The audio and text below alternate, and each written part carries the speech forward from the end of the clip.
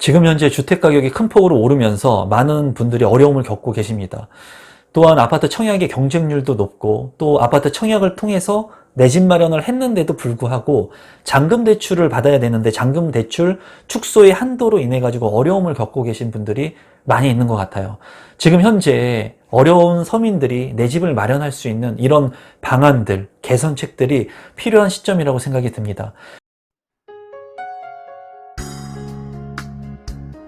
임성배 TV 보동과 텐데크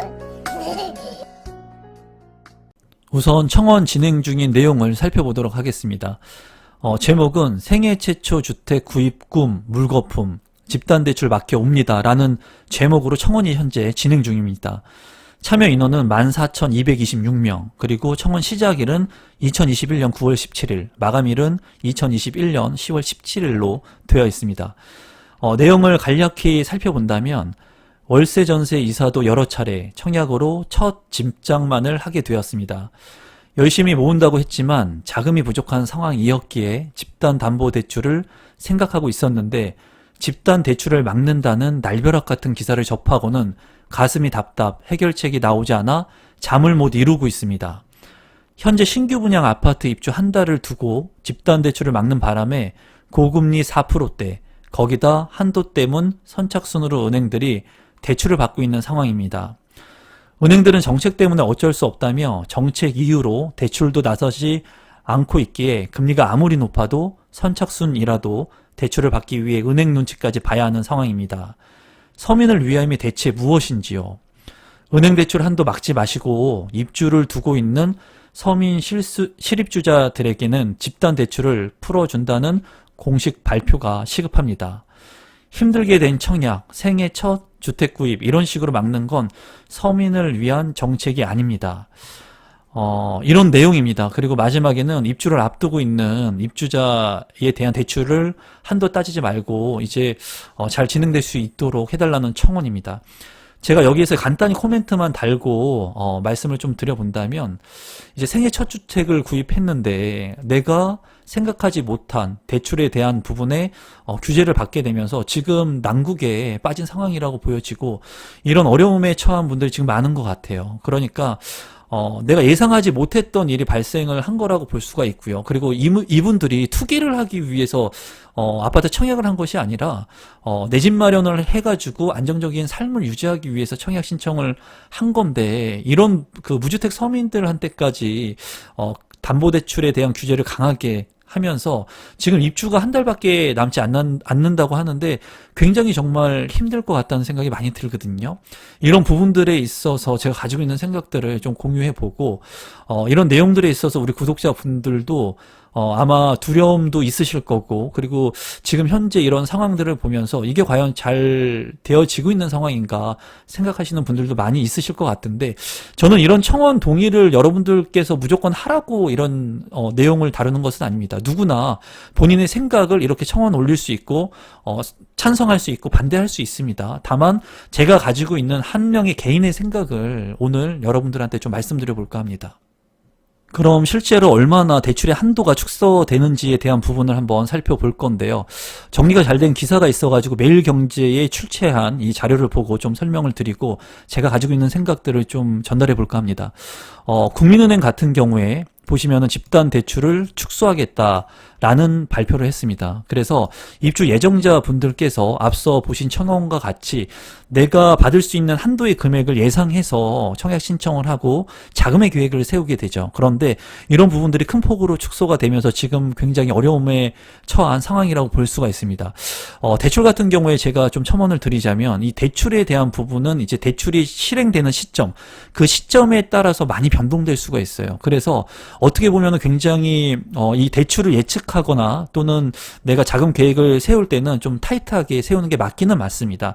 하지만 주택가격이 지금 큰 폭으로 누구도 예상할 수 없을 만큼 오른 상황에서 내가 받을 수 있는 이런 한도를 정확하게 예측하거나 이런 정부 정책에 따라서 자금 계획을 세우기란 결코 쉽지가 않거든요. 그래서 이런 부분들을 우리 구독자분들께서도 앞으로 좀 타이트하게 너무 루즈하지 않게 자금 계획을 세울 필요성이 있다고 한번 말씀드려보고 싶고요.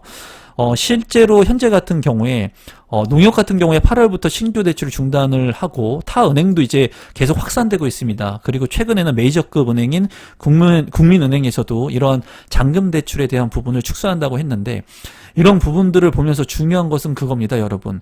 추후에 이제 다른 은행권들로 확대가 되면서 이런 대출을 받기가 쉽지 않다는 거예요. 그러면 내 집 마련을 할 수 있는 이 창구가 점점점 줄어들 수 있다는 말씀을 드리고 싶어요. 그리고 제가 좀 더 말씀드리고 싶은 것은, 이렇게 된다면은 이런 기사들을 보고 무주택자 분들이 청약 신청을 쉽게 하지 못할 겁니다. 왜냐면 지금 그 청약을 신청해가지고 당첨되신 분들도 이러한 잔금 대출의 규제로 인해가지고 잔금을 못 치르게 될 수도 있는 이런 상황이 연출되는 시점에서 내가 지금 청약을 신청하려고 하는 분들 같은 경우에는 두려울 수 있다는 거예요. 그렇게 되면은 내가 청약 신청을 할 수 있는 시간들을 점점 미루게 되겠죠.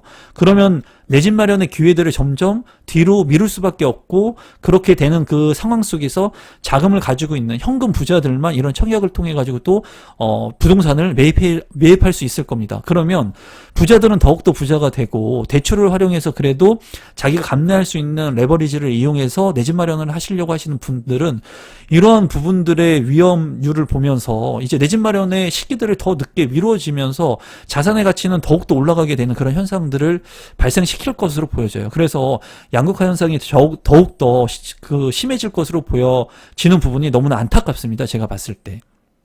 그러면 실제로 대출이 얼마나 축소되는지 그 부분에 대해서 한번 보도록 하겠습니다. 이제 국민은행 집단 대출 한도 축소에 대한 부분인데요. 현행하고 지금 9월 29일에 KB국민은행에서 대출의 축소를 한도한다는 내용입니다. 그러니까 여러분들께서 참고하시면 될 것 같은데요. 이 잔금 대출 산정 기준은 우리가 중도금 대출과 잔금 대출은 틀립니다, 여러분. 중도금 대출을 이제 40%에서 60% 건설사에서 진행을 한 다음에 그 중도금 대출이 나중에 잔금 대출로 전환하게 됩니다. 그 잔금 대출의 기준은 KB 시세 또는 감정평가에 감정된 금액, 이 금액 중에 이제 최대 금액을 비율로 산정해가지고 잔금 대출이 나오거든요. 그런데 이 금액이 분양가가 5억 원이라고 했을 때 시세가 10억 원이면 시세의 기준 해가지고 최대 4억까지 대출이 나온다는 거예요. 그러니까 만약에 추후에 가격이 올라가게 되면은 그 가격을 산정해가지고 내가 시세 대비 LTV 40%에 대한 그런 금액들이 산정이 될 수 있기 때문에 뭐 규제 지역이나 조정 대상 지역이나 비규제 지역에 따라서는 프로테이지가 조금 틀리고 실수요자 무주택 서민 같은 경우에는 10포인트가 더 추가되고 이런 부분들은 좀 번외로 하겠지만 어쨌거나 최대 금액이 LTV 40%를 기준으로 했을 때 4억까지 나온다는 거예요. 분양에 내가 5억을 받았지만 시세가 10억까지 간다면 부동산 가격이 많이 상승을 해서 최대 4억까지 나올 수 있기 때문에 내가 잔금을 치러야 되는 부분 대부분을 대출을 활용해 가지고 내 집 마련을 할 수가 있었다는 겁니다. 그리고 분양가가 7억 원이고 시세가 14억이 됐을 때는 이제 40%이 14억에 대한 40%이기 때문에 5억 6천만 원까지 나오니까 이 분양가 7억에서 최대 금액 5억 6천만 원을 대출을 받게 되면은 내가 들어가는 잔금의 비용은 그렇게 많지 않다는 거죠. 하지만 9월 29일 같은 경우에는 분양 가격과 KB 시세 감정가 중 이제 그 최저 금액, 낮은 금액, 분양가 대비해가지고, 가격을 산정한다고 하다 보니까, 만약에 5억 원의 분양가를 받은 분양 아파트가 있으면, 예전에는 10억의 아파트의 시세가 준했을 때 4억까지 대출이 가능했는데, 이제는, 2억, 분양가 대비해서 40%니까는 2억까지밖에 안 된다는 거예요. 그럼 실제로, 현행 같은 경우에는 1억 원의 돈이 필요하지만은, 지금 이제 9월 29일 이후에 국민은행에서 대출을 받게 된다면 이제 3억 원의 비용이 들어간다는 것을 볼 수가 있어요. 그러니까 5억의 아파트를 기준으로 했을 때, 예를 들어서 5억의 아파트를 기준으로 했을 때 2억 원이라고 하는 돈이 이제 자금 계획이 흐트러지게 되는 겁니다. 이런 부분들을 봤을 때 이제 서민들 같은 경우에 1년에 1,000만 원 모으기도 쉽지가 않습니다, 여러분. 80만 원 적금 넣으면은 이제 1년에 1,000만 원을 모을 수가 있는데, 이제 3억이라고 하는 돈, 1억이라고 하는 돈, 이 갭이 2억이기 때문에 굉장히 큰 억 단위 이상을 돈을 내가 자금 활용하기가 쉽지가 않습니다. 그래서 이런 지금 대출의 축소 때문에 많은 분들이 어려움을 겪고 있는 상황이라고 보시면 되고, 이제 제가 가지고 있는 생각을 좀 공유해 본다면, 지금 대출의 규모가 많아지면서 대출을 축소한다, 뭐 이런 거 다 좋습니다. 다 좋은데, 정말 서민들이 내 집 마련을 하기 위해서는 일부 대출의 완화가 필요하다고 저는 늘 말씀을 드리거든요. 그리고 지금 현재 무주택 서민들이 주택을 사기에는 너무나 주택 가격이 많이 올랐습니다. 그 주택 가격이 왜 많이 올랐는지는 제가 말씀을 안 드려도 여러분들이 잘 알고 계실 거라고 생각을 해요. 그런 주택들이 정상화가 되기 위해서는 시장 경제 상황에 따라서 거래가 잘 이루어질 수 있게끔 하는 그러한 정부 정책들이 있어야 되고요. 그리고 무주택자 분들이 최소한 대출을 받아가지고 내 집을 마련하려고 할 때 내가 그래도 소득이 있고 이 소득에 준해서 레버리지를 이용해서 과도하게 10억, 20억의 대출을 받는 것이 아니라 일부 대출을 받으려고 한다면 그런 것들을 정부에서 조금 지원해 줘야 되는 게 정부에서 해야 될 일이라고 저는 생각을 하거든요. 근데 지금 현재 국민청원에서도 봤다시피 이미 청약을 통해서 생애 첫 주택을 내 집 마련을 하신 분들이 지금 이렇게 갑자기 바뀐 이 감정 가격으로 준해가지고 대출에 대한 잔금 대출을 산정하게 되면은 이 2억 원은 어디서 구합니까? 2억 원은 어디서 구할까요, 여러분? 돈을 많이 버시는 분들은 상관이 없겠지만 이 2억 원을 구하기 위해서 정말 구하셔서 잔금 치르면 다행인데 만약에 못 구하게 되면은 큰 문제가 파장이 사회적으로 발생될 수 있다고 생각이 들어요. 제 생각에는 지금 현재 청약을 통해 가지고 무주택자 분들이 당첨되신 분들 같은 경우에는 이 소급 적용을 해가지고 이런 것들을 적용할 것이 아니라 선착순으로 그거를 적용할 것이 아니라 자금 계획에 맞춰서 잔금을 잘 치를 수 있는 방안들을 모색할 필요성이 있다고 보여집니다. 이런 부분들은 정부 정책을 통해 가지고 얼마든지 보완될 수 있는 부분이라고 사안이라고 생각이 들거든요. 뭐 제가 정부 정책을 만들어 보진 않아서 잘 모르겠지만 그래서 지금 현재 최소한 우리 국민들 중에 내 집 마련을 하려고 하는 무주택 서민들이 지금 내 집에 들어가려고 하는데 잔금을 못 치러서 못 들어가고 대출에 대한 내가 생각지 못한 리스크가 발생해가지고 지금 잠도 못 자면서 고군분투하는 이런 상황이 연출되면 안 된다고 생각을 해요. 그래서 이런 부분들에 있어서만큼은 대출이 좀 용이할 수 있게끔 정부 정책들이 조금 지원이 돼야 되었으면 하는 게 제 개인적인 생각이고요. 추후에 이제 공공분양 같은 경우 그리고 민간분양 같은 경우에도 무주택자 같은 경우 1주택자가 아닌 무주택자 서민들을 위한 그런 부분에 있어서만큼은 이 대출을 활용해가지고 내 집 마련을 할 수 있는 것들이 적용이 돼야 된다고 생각을 합니다. 저도 부동산 공부를 많이 했지만은 외국 같은 경우에는 100% 가까이 대출이 되는 사례들도 많이 있어요. 외국 같은 경우에 90%, 80%까지 대출해주는 부분들이 있습니다. 그런데 우리나라 같은 경우에는 지금 LTV 2008년에 글로벌 금융위기를 겪으면서 이제 대출의 비용이 40%에서 60%까지 비율 조정을 했거든요. 물론 이런 부채의 비율들이 늘어나고 있어요. 이런 부분들은 축소를 할 필요성이 있다고 보여지지만은 일단은 무주택자 분들이 내 집을 살 수 있게끔 주택 공급을 확대하면서 대출에 대한 부분들을 좀 확대할 필요성이 있습니다. 확대까지는 아니더라도 이렇게 잔금을 치르시는 분들한테는 2년, 3년 전에 대출을 받아가지고 이제 내 집 마련을 어렵게 하신 분들인데 이런 분들한테는 지금 내 집에 들어갈 수 있게끔 이런 정책적 개선 보완책들이 반드시 필요하다고 저는 생각을 합니다. 뭐 제가 이런 영상을 찍는다고 해가지고 이런 것들이 뭐 얼마나 도움이 될지는 모르겠는데 너무나 안타까워요. 만약에 내 친동생이 또는 내 친한 친구가 친척이 이런 상황을 직면하고 있어서 정말 돈이 없어가지고 계약금을 못 치른다면 정말 가슴이 아플 것 같거든요. 그리고 그분들이 투기를 하려고 한 것이 아니지 않습니까? 제가 최근에 9살에 대한 갭투기 뭐 이런 부분에 대해서 영상을 다뤘는데 9살이 명의로 해가지고 갭투기를 해가지고 부동산을 소유한다는 게 말이 됩니까? 그런 부분들을 이제 규제하는 것이 맞다고 생각하고 사회 통념상 제가 봤을 때는 이렇게 무주택자 분들이 열심히 돈 모아가지고 계약금 치르고 그리고 나서 내 집 마련을 하기 위해서 이 부로 중산층으로 가는 사다리를 지금 끊고 있는 겁니다. 그러니까 우리나라에서 열심히 일을 해가지고 돈을 모으면 내가 부자가 될 수 있고 부자가 아니더라도 중산층까지는 갈 수 있고 먹고 살 만큼은 살 수 있는 나라가 되고 행복한 나라의 가구 구성원이 된다는 그런 관념들을 심어줘야 되는데 이제 서민들이 돈을 조금 모아가지고 계약금 모으고 중도금 일부 실행해가지고 내 집 마련을 해서 이제 중산층으로 가려고 하는데 이 중산층의 사다리를 아예 이제 끊는 현상들이 점점 보여지고 있다는 거예요. 이런 것들을 의도적으로 만드는지 또는 이런 현상들을 왜 이렇게 자꾸 확대되고 있는지에 대한 부분들을 저는 진짜 잘 모르겠습니다. 하지만은 이런 부분들은 잘 모르지만 제가 이제 아는 것은 사회적으로 봤을 때 이게 옳고 그름에 대한 가치관의 판단은 명확하게 할 수 있다고 생각을 하거든요. 이런 것들을 보면서 누군가는 그런 말씀을 하시더라고요.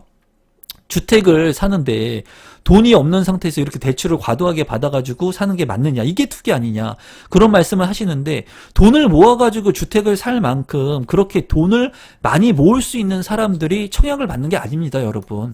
청약이라고 하는 것은 내가 대출을 이용해가지고 자금은 없지만 그래도 시간을 활용해가지고 내 집 마련을 이런 방법을 통해서도 하려고 하는 사람들이 하는 것이지, 돈을 만약에 10억, 20억 있으면 강남 가서 아파트 사죠. 재건축 아파트 사면 되죠. 왜 대출 레버리지 활용해가지고 청약을 하겠습니까? 3년이나 지나야지 들어가는데, 집에도.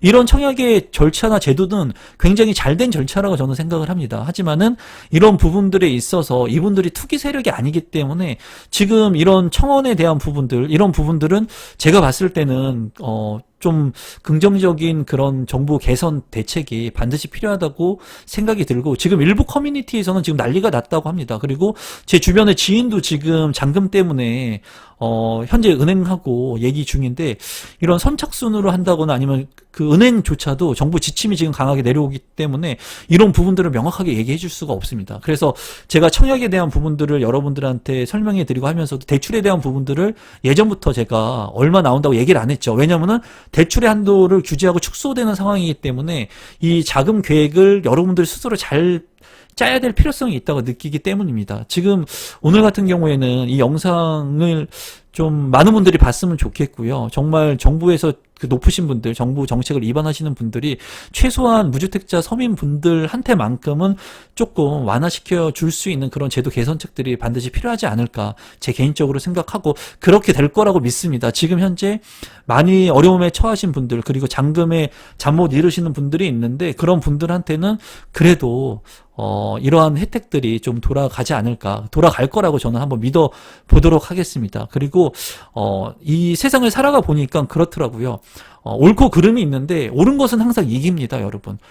아무리 내가 숨기려고 해도 옳은 것은 반드시 이기고요. 그리고 나쁜 것, 그런 것은 내가 아무리 감추려고 해도 그런 것들은 반드시 나중에 나타나게 되게 되어 있습니다. 그래서 제가 봤을 때 지금 많이 힘들어 하시는 분들이 있으실 것 같은데, 아마 정부 정책을 위반하시는 분들 중에 이러한 제도 개선들을 하기 위한 분들, 그리고 부동산 학계에서도 이런 것들을 아마 개선하기 위해서 노력을 하고 있을 겁니다. 그렇기 때문에 여러분들께서 그래도 긍정적인 생각을 좀 하시면서 이런 청원을 통해 가지고 여러분들이 만약에 저와 뜻이 같다면은 청원에 대한 그런 부분들을 긍정적으로 신청하시면 될 것 같습니다. 오늘 영상들이 계속 제가 찍는 영상들이 좀 무겁습니다, 여러분. 마음이 편치가 않고 그리고 지금 바이러스 사태 때문에 굉장히 어려운데, 누군가는 이렇게 당첨이 됐는데도 어려움을 겪고 있다는 거예요. 우리 구독자분들 중에 지금 이제 청약을 신청해서 당첨이 되려고 하시는 분들도 있는데, 당첨이 되신 분들도 이렇게 어려운 상황인 것을 보면은 지금 이러한 상황들을 어떻게 판단하고 행동해야 될지 많은 고민들이 되실 거라고 생각을 하지만, 그래도 여러분들께서 할 수 있는 것들을 하나하나씩 행하시면 좋을 것 같습니다.